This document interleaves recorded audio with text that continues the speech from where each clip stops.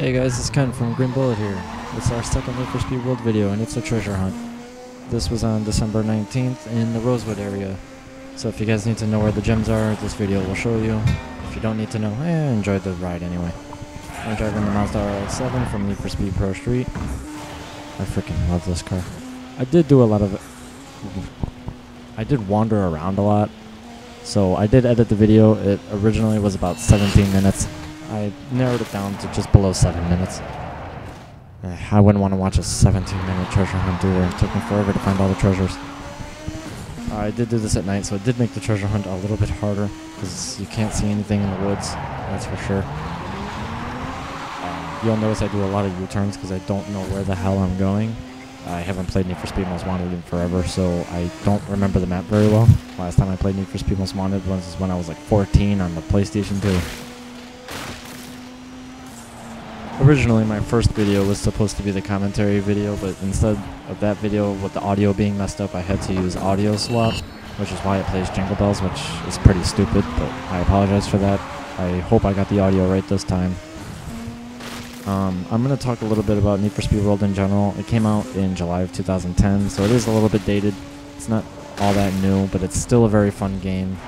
If you're like me and you don't like Need for Speed The Run, you don't like Pro Street, you don't like Shift or any of those new games that came out, excluding Hot Pursuit because that game was great, you can play this. This is an online multiplayer game. It's got the maps of Need for Speed Most Wanted and Need for Speed Carbon all in one. They're all just connected to each other. They told us that the canyons are supposed to be coming soon, but they still haven't come, so I'm having my doubts on that promise. So Need for Speed World, online multiplayer, it's free to play, although most of the cars that you can buy with just this thing called Speed Boost. And Boost is this really dumb currency that EA came out with, where you buy Boost with real money, and then it's the in-game currency that you can use to buy power-ups, cars, car parts, aftermarket parts like spoilers and body kits. You can even buy car insurance, and you can use it to repair your car when the durability runs out. If you don't know what the durability is, that's that little icon next to my heat level on the minimap. When the durability hits 0, all of your custom parts are disabled, and it's just like as if you're driving a stock car. Lame, I know. At least with the repair, you can use the in-game currency that you earn from races as well. You don't have to use Boost on that. I did buy Boost way back in the day when I got the starter pack, but that's the only Boost I've ever gotten. I've never bought Boost other than that. I have been playing the game for free, which is why I'm really not a high level, because I haven't been using any amplifiers or anything. That's why I do the treasure hunts, because they usually offer the most XP. So if you're looking to level up fast, I highly suggest using the treasure hunts and team escapes and pursuits, because those will level you up the fastest, unless you win a lot of multiplayer races. Some of the good things about Need for Speed World is that it runs on the engine that Need for Speed Carbon ran on. So it's very fun to play. It's arcade-ish. It's not too realistic. The graphics aren't great, but it's still fun. I don't care. Another good thing is that the single-player races are pretty easy. They're not too bad. The game plays very well. It's very responsive. It runs at 60 frames a second most of the time on my computer. It's capable of running on low-performance PCs, supporting resolutions as low as 800 by 600. Which I use 1600 by 900 with high settings when I was playing this and recording. Originally I play on maximum settings, but when I'm recording I have to just lower it down a little so I can keep it at a steady 30 frames per second.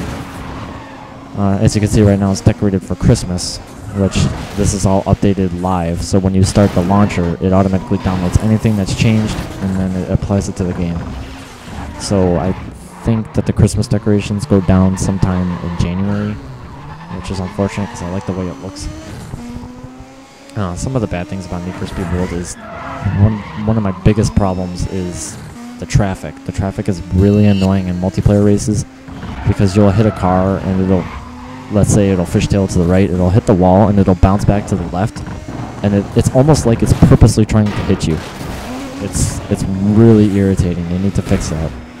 Another thing is that there's a lot of lag in the online races, so there will be times where people will have a top speed of like almost 300 miles an hour, which is impossible. Either that or they're cheating. you know, on the forums I always hear about a lot of people cheating, but I almost never see it in the race. I've never seen people cheat. So I don't know what in the world they're talking about. Maybe they're just crazy. Yeah, this is the Winter Wonderland. I guess I read in the news that this is going on in Need for Speed World for a limited time. Apparently they do this every winter, but I haven't played the game in so long I never even knew that. It is fun, I have to say. They took the Need for Speed Most Wanted golf course and they put it into this. It's just fun to play around. You can go with other racers and you can chat with them. You can just sit there and go off the ramps and show off your car, which is really awesome. The reason that there aren't a lot of racers in my game that you can see in the free roam is because I have it on local only, so it'll only show the racers in my local area. So that way the streets aren't so cluttered with all these people crashing into each other. Crazy. Traffic going everywhere and all that other crap. It's a little hectic.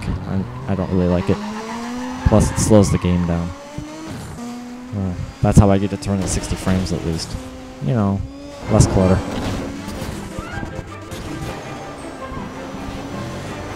So I hope you enjoyed this Need for Speed World Treasure Hunt from December 19th. I hope that you guys will watch my new videos when they come out. And here's the last gem, and see what I get rewarded with.